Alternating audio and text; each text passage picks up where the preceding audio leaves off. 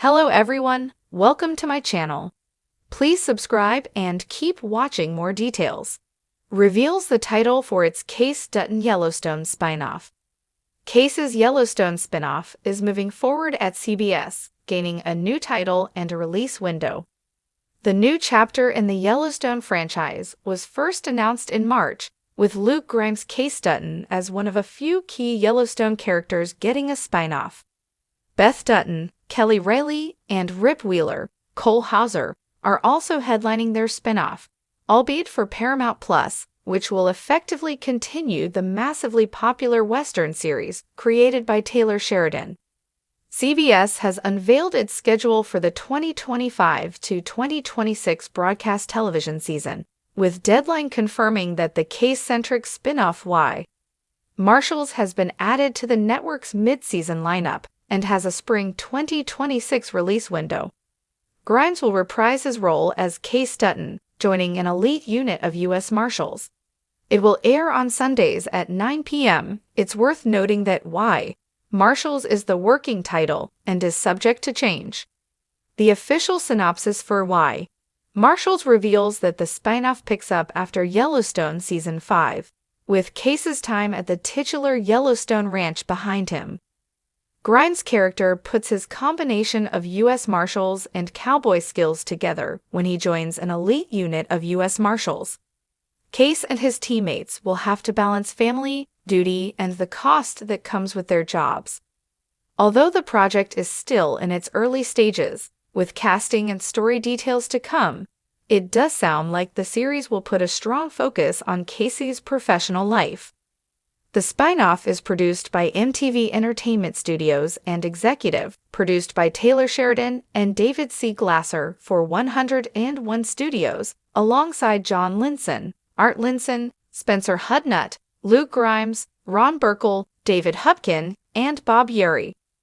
Hudnut, who previously worked on the CBS and Paramount Plus drama SEAL team, will also serve as showrunner. So there will be continuity in terms of the subject matter. After the exit of Kevin Costner and the death of John Dutton, there was a question of how Sheridan would continue Yellowstone. It is one of the most popular titles in the Paramount portfolio, so it makes sense to spread that success between streaming and broadcast. This move with Kayce in particular honors his Yellowstone ending and parting with Beth, while nonetheless continuing his story. The question now becomes who will join Kayce in Y. Marshals. In a thrilling development for fans of the Yellowstone universe, CBS has officially announced the title of its upcoming spin-off series, Y. Marshals. This new chapter brings back Luke Grimes as Kayce Dutton, following his departure from the Dutton Ranch in the original series final. Set to premiere in 2026, Y.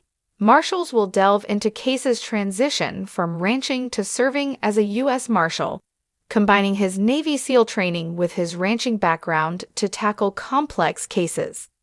The series aims to explore themes of redemption, justice, and personal growth, continuing the rich storytelling of the Yellowstone Ranch hasn't yet settled, and already a new trail is being blazed. Fans of the Yellowstone universe, buckle your saddles and ready your hearts. Paramount has officially revealed the title of its much-anticipated Kayce Dutton spinoff, and it's as rugged and soul-stirring as the man himself. Introducing Yellowstone, Blood of the Land.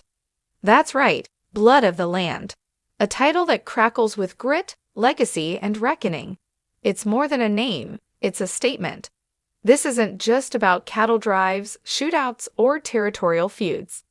This is a story rooted in bloodlines, sacred soil, and the spiritual warfare that's always followed Kayce Dutton like a storm on the horizon. The meaning behind the name. Why Blood of the Land? For starters, no Dutton character embodies the tension between heritage and identity quite like Kayce. A former Navy SEAL haunted by war, a rancher bound to a violent legacy, a father chasing peace in a world built on conflict. Kayce is the most spiritual of the Duttons, the most torn between old ways and new paths. The blood isn't just the red that spills during conflict, it's ancestral. It's the blood of the Duttons who built an empire out of wilderness. It's also the blood of Monica's people, whose sacred ties to the land predate the ranch, the state, and the nation. And crucially, it's the blood that pulses through their son Tate, a boy who embodies two legacies, settler and native, protector and inheritor. This title doesn't just hint at violence, it promises a reckoning with history. A case-focused frontier. While Yellowstone was a family saga with many heads, Blood of the Land is a more focused, intimate story. It centers on Kayce's journey after the climactic events of the final season of Yellowstone. With John Dutton gone and the ranch at a crossroads, Kayce makes the fateful choice to step away, not in surrender, but in search of something purer.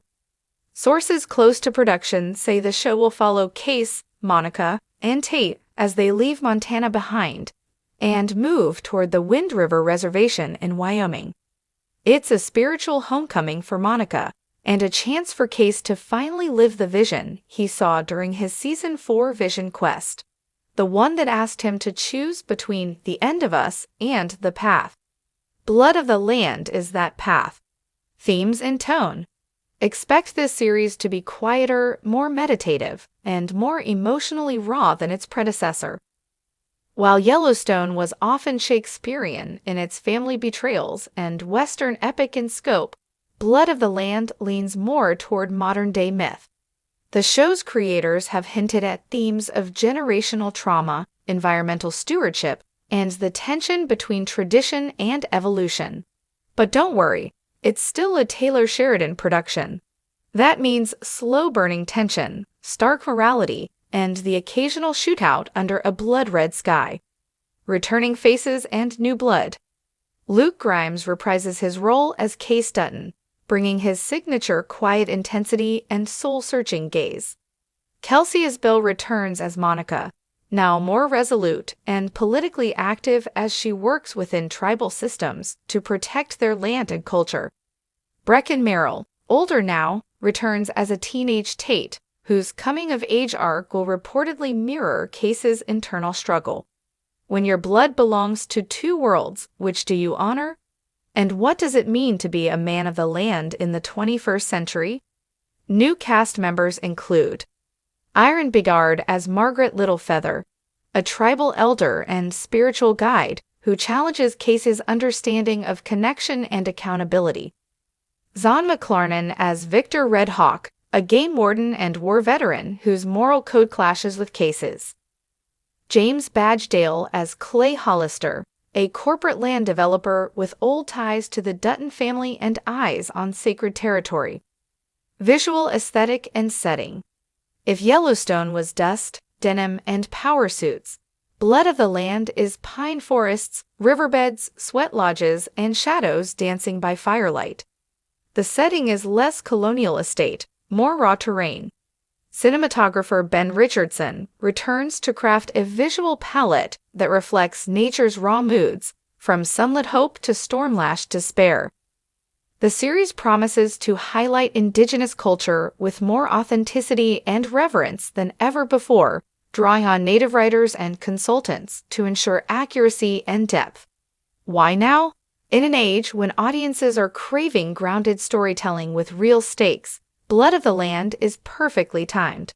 It's not just another spinoff, it's a story about healing, legacy, and the land itself.